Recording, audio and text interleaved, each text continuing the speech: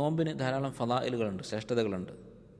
നോമ്പിൻ്റെ ശ്രേഷ്ഠതകൾ ഹദീസുകളിൽ കാണാം.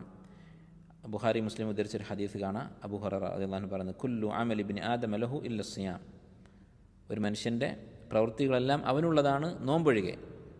ഫഇന്നഹു ലി വ അന അജ്സി ബിഹി. നോമ്പ് എനിക്കുള്ളതാണ്, ഞാനാണ് അതിന് പ്രതിഫലം നൽകുന്നത് എന്നാണ് അല്ലാഹു തആല പറയുന്നത്. നമുക്കറിയാം എല്ലാ അമലുകളും അള്ളാഹുവിനുള്ളതാണ്. പക്ഷേ നോമ്പിനെ അള്ളാഹു ഒന്നുകൂടി പ്രത്യേകം ആദരിച്ചിട്ട് പറഞ്ഞതാണ്. ചില പണ്ഡിതന്മാർ ഇതിൻ്റെ അർത്ഥം വിശദീകരിച്ചത്, മറ്റുള്ള അമലുകൾക്ക് പ്രതിഫലം 700 ഇരട്ടി വരെ ആയിരിക്കും പ്രതിഫലം, പക്ഷെ നോമ്പിന് കണക്കില്ലാതെ കൊടുക്കും എന്നാണ് ഉദ്ദേശിക്കുന്നത്. മറ്റു ചില പണ്ഡിതന്മാർ പറഞ്ഞിട്ടുള്ളത്, ഖിസാസ്, പരലോകത്ത് പ്രതിക്രിയ നടപ്പിലാക്കുമ്പോൾ പരസ്പരം ദുൽമ ചെയ്ത ആളുകൾക്കൊക്കെ ഹസനാത്തുകൾ എടുത്തു കൊടുക്കും. നമ്മളൊരാളോട് ദുൽമ ചെയ്തിട്ടുണ്ടെങ്കിൽ, നഊദു ബില്ലാഹ്, അല്ലാഹ് കാത്തുരക്ഷിക്കട്ടെ, പരലോകത്ത് അതെത്തിയാൽ, ദുനിയാവിൽ വെച്ച് നമ്മളത് പരിഹരിച്ചിട്ടില്ലെങ്കിൽ അവിടെ വെച്ച് എന്ത് ചെയ്യും? അള്ളാഹു ഈ ദുൽമ ചെയ്തവൻ്റെ, ലാലിമിൻ്റെ ഹസനാത്തുകളെടുത്ത് മദ്ലൂമായ ആൾക്ക് കൊടുക്കും.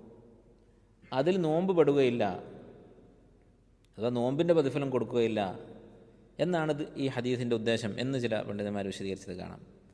ഏതായിരുന്നാലും നോമ്പിൻ്റെ വലിയ സ്ഥാനം ഈ ഹദീസിന് മനസ്സിലാക്കാം. ഫഇന്നഹു ലി, അതെനിക്കുള്ളതാണ് എന്നാണ് അള്ളാഹു സുബ്ഹാനഹു വ തആല പറഞ്ഞത്.